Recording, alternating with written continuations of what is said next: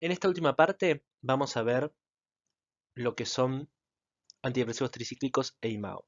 A mí me interesa que ustedes los conozcan por la cuestión histórica que tuvieron y me interesa que sepan por qué no son de primera línea. El principal motivo por el cual no son de la primera línea es porque no son drogas seguras. O sea, son fármacos que presentan muchos efectos adversos que pueden exponer a la persona a un riesgo, especialmente si realizan una sobreingesta, que esa situación puede ser particularmente frecuente en personas que están atravesando un episodio depresivo. Con los antidepresivos tricíclicos sucede lo siguiente. Si ustedes ven la forma molecular que presentan, van a ver que son muy similares a la clorpromacina o a otros antipsicóticos de primera generación o típicos, que justamente surgieron paralelamente a estos fármacos. Esta similitud estructural genera que compartan, así como vamos a ver en antipsicóticos, esta promiscuidad en la interacción con receptores, ¿sí? O sea que la clomipramina, la amitriptilina y la imipramina tienen la posibilidad de interactuar con varios receptores bloqueándolos. Esto genera que tengan múltiples efectos no deseados o adversos.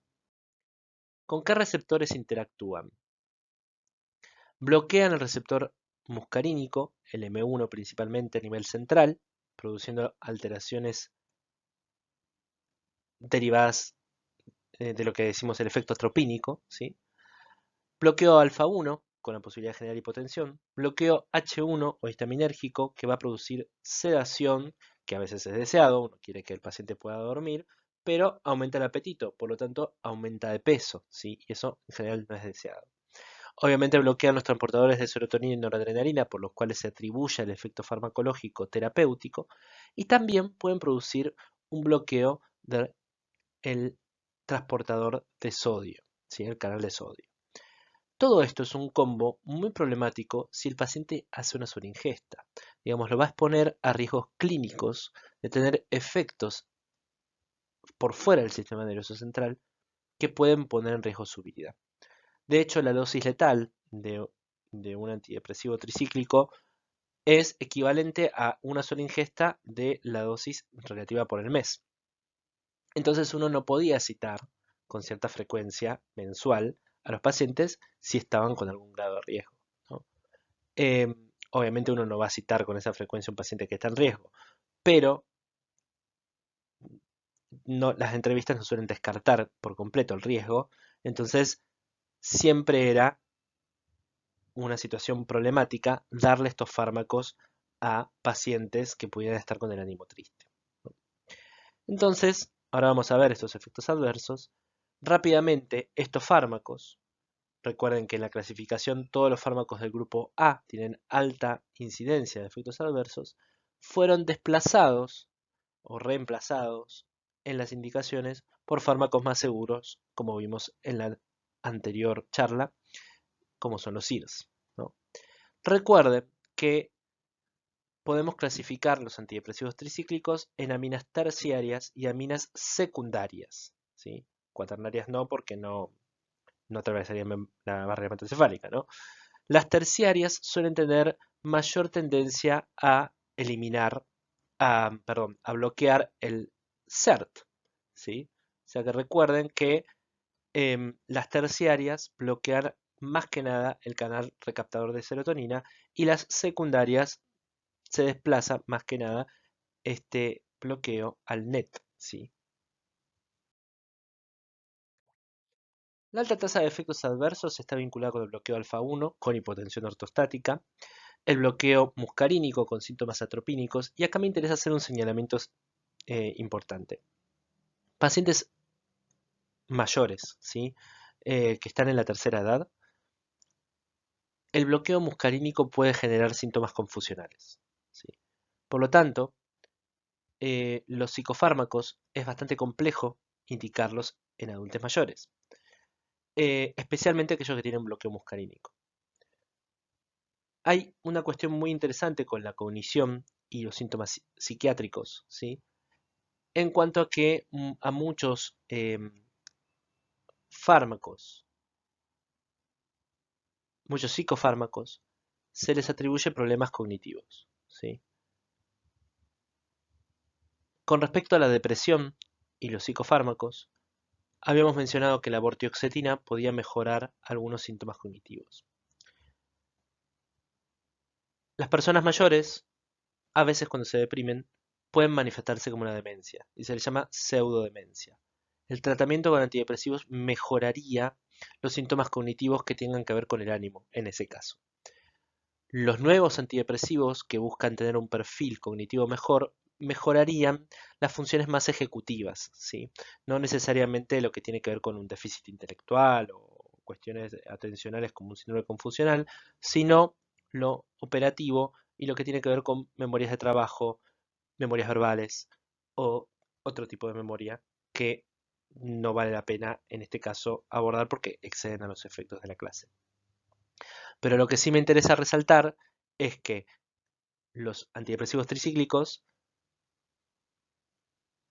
no deberían darse en adultos mayores porque pueden generar el bloqueo muscarínico y pueden generar síntomas confusionales, ¿sí? Entonces la cognición nunca va a mejorar. En pacientes que tengan una pseudodemencia depresiva tampoco van a mejorar porque estos fármacos generan problemas cognitivos. Entonces los nuevos antidepresivos son mucho más ventajosos. También están todas las cuestiones de los efectos adversos atropínicos vinculados con la boca seca, la constipación, la retención urinaria, el glaucoma agudo por el ángulo estrecho. Todo eso son precauciones que hay que tener también con estos fármacos. Así que a repasar lo que tiene que ver con síndrome atropínico. El bloqueo histaminérgico genera sedación y aumento de peso. La sedación suele ser buscada en algunos casos, pero si esto excede las horas de sueño y también produce dificultades en la coordinación, puede favorecer, por ejemplo, las caídas.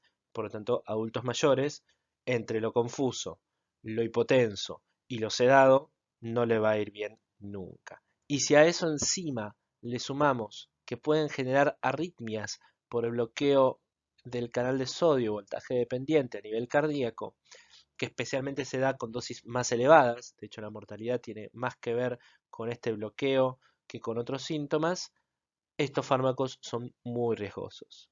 En caso de una sobreingesta con un antidepresivo tricíclico, habitualmente suele usarse bicarbonato para el rescate de la toxicidad. Em, y obviamente, al interrumpir estos fármacos luego de una terapéutica prolongada abruptamente, puede causar síndromes de rebote colinérgico, ¿sí? Entonces, por este motivo, no son fármacos muy utilizados como antidepresivos, pues la dosis que se tiene que usar es bastante elevada para lograr el efecto deseado. Les dejo aquí las tablitas con la farmacocinética, que no me voy a meter en detalle. Lo que sí me interesa es que recuerden la farmacocinética de la amitriptilina y que recuerden este nombre particularmente porque es un fármaco que se utiliza para la prevención de las migrañas. La prevención de las migrañas a dosis muy bajas, ¿sí? Entre 25 y 75 miligramos, comparados con los 300 miligramos que se utilizaban antes para la depresión. Y con respecto a los IMAO, sencillamente que recuerden el nombre tranilcilpropina, que es el único IMAO que estaba disponible hasta hace muy poquito en Argentina, creo que aún lo sigue disponible, y recordar el mecanismo de acción, que lo que hace es inhibir a la monomiloxidasa. La monomiloxidasa es una enzima que se encarga de la degradación de todo lo que son las monoaminas, especialmente las que tienen que ver con la noradrenalina y adrenalina, digamos, todo lo que es simpático, y por lo tanto eh, también se encargan, perdón, de la degradación de otras sustancias, como la tiramina, que son fruto de o la bifurcación de la vía a la descarboxilasa, que debería estar más adelante en la vía de metabolización para generar noradrenalina, y que en general se intenta eliminar para que no haya octopamina, que es un agonista parcial de los receptores adrenérgicos y que no tendría justamente la misma potencia, la misma eficacia que la noradrenalina. También la tiramina puede obtenerse de la dieta. Entonces, fíjense qué importante que es la monoaminoxidasa para impedir que sustancias similares a la noradrenalina, que pueden venir de la dieta, invadan nuestro torrente sanguíneo. Esta, al aparecer la monoaminoxidasa, los IMAO, perdón, y a inhibir la monoaminoxidasa, dentro de las vesículas presinápticas deja de haber tanta concentración de noradrenalina y empieza a haber metabolitos intermedios, como por ejemplo la octopamina. Al tener menor acción, puede generar una activación menor por el fenómeno de dualismo competitivo de los receptores adrenérgicos, y eso explicaría en parte lo que es la hipotensión ortostática que generan los IMAO en general. No solamente por el agonismo a nivel de los receptores en los vasos sanguíneos parcial de la octopamina, sino también su agonismo parcial a nivel de las neuronas PIF, que son neuronas que se encuentran en los ganglios autonómicos, que se encargan de una potenciación de la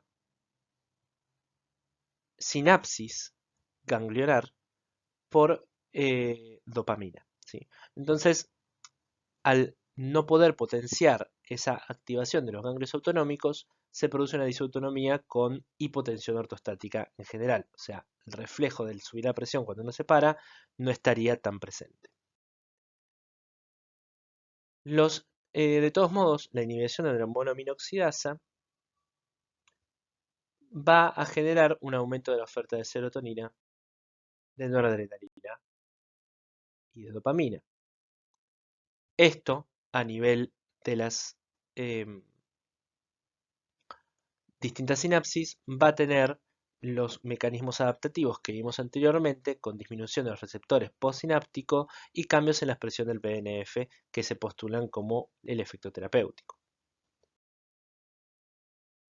Ahora, ¿por qué se dejaron de usar? Más allá de la hipotensión ortostática que puedan generar, tenemos el siguiente problema de la interacción alimentaria.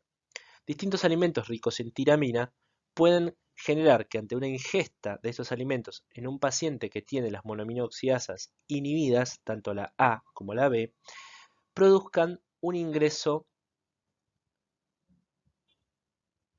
al torrente sanguíneo de una cantidad de tiramina descomunal, por decirlo de alguna manera, que produce el efecto tiramínico, que en otras palabras sería como una suerte de efecto anfetamínico, que es el desplazamiento de la adrenalina que pueda llegar a haber y noradrenalina en esa vesícula, mol a mol e independiente de calcio.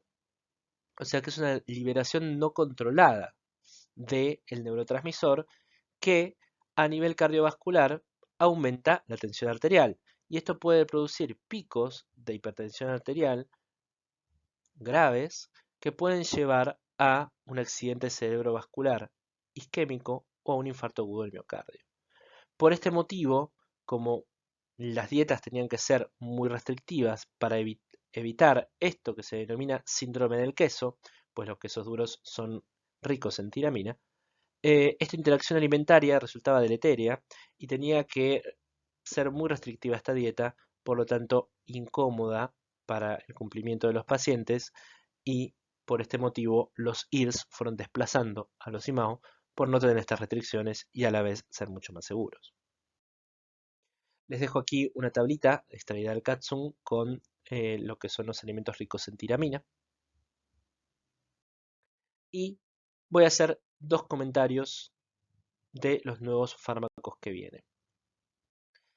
Aparentemente hay otras sinapsis que podrían modularse, que podrían colaborar con el efecto antidepresivo y que no responderían a lo que uno esperaba que fuera la hipótesis neurotrófica de estos fármacos. Aparentemente, la brexanolona, que es un derivado de la alopregnanolona, un esteroide que está en altas concentraciones en mujeres embarazadas, em, podría servir como antidepresivo para tratar específicamente la depresión postparto. La depresión postparto es un cuadro clínico que puede darse ante la retirada abrupta de hormonas femeninas justamente por haber dado a luz y ya no ser necesaria esa preparación. Entonces, esta retirada abrupta produciría una disregulación a nivel del sistema nervioso central por los receptores GABAérgicos. O sea, los esteroides, los neuroesteroides, tienen una suerte de agonismo, o mejor dicho, modulación alostérica positiva de los receptores GABAérgicos.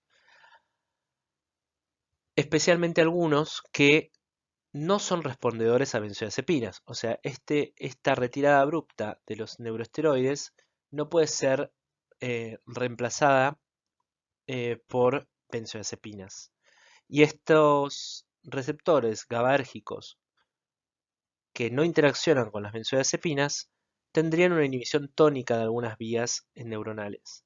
Al retirarse los neuroesteroides, se produciría una desinhibición con síntomas de disforia y de angustia que explicarían parte de lo que es el cuadro de depresión postparto.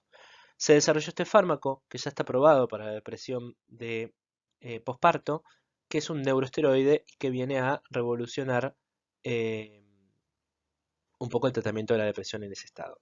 Obviamente algunas personas van a requerir el uso de antidepresivos luego de haber presentado esta depresión postparto o quizás de estabilizadores del ánimo, porque la depresión postparto es un indicador posible de trastorno bipolar, pero la brexanolona puede utilizarse a nivel postparto durante una infusión continua de 60 horas para producir un descenso paulatino y una habituación a la falta de neuroesteroides en el organismo y que este cuadro sea menos grave.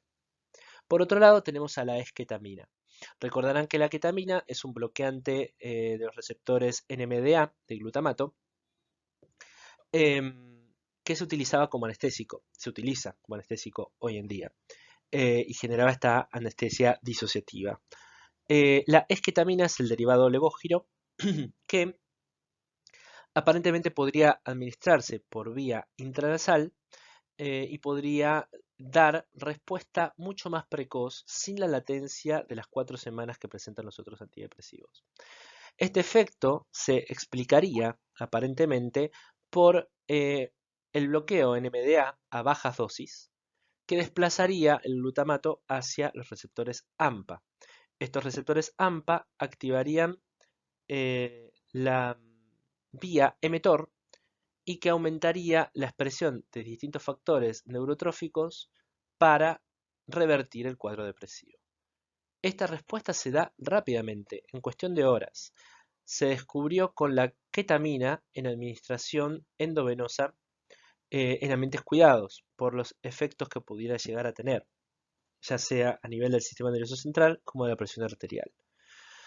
La ketamina es difícil de utilizar porque necesita un ambiente cuidado, entonces los psiquiatras no vamos a estar habituados para eso y necesita intervenciones con cierta frecuencia para poder mantener el efecto, por lo tanto no es fácilmente utilizable. La esketamina con su modo de administración podría ser una ventaja. Es muy cara actualmente y habría que revisar efectivamente cuánto de esta mejoría que se objetivó sucede en ensayos ya de fase 4. Por último, está revisándose las indicaciones de fármacos que actúan como psicodélicos.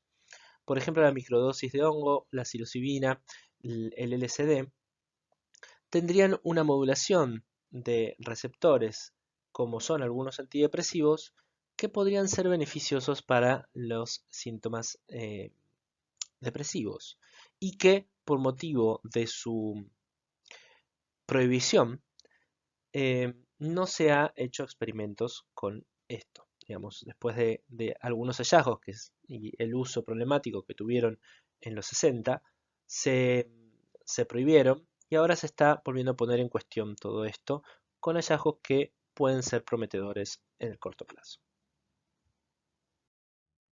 Les dejo la bibliografía que utilicé para esta clase y les agradezco por llegar hasta este punto. Probablemente pronto tendremos nuevos fármacos circulando o nuevas moléculas que pongan más luz a las hipótesis que tenemos sobre la depresión. Así que a estar atentos.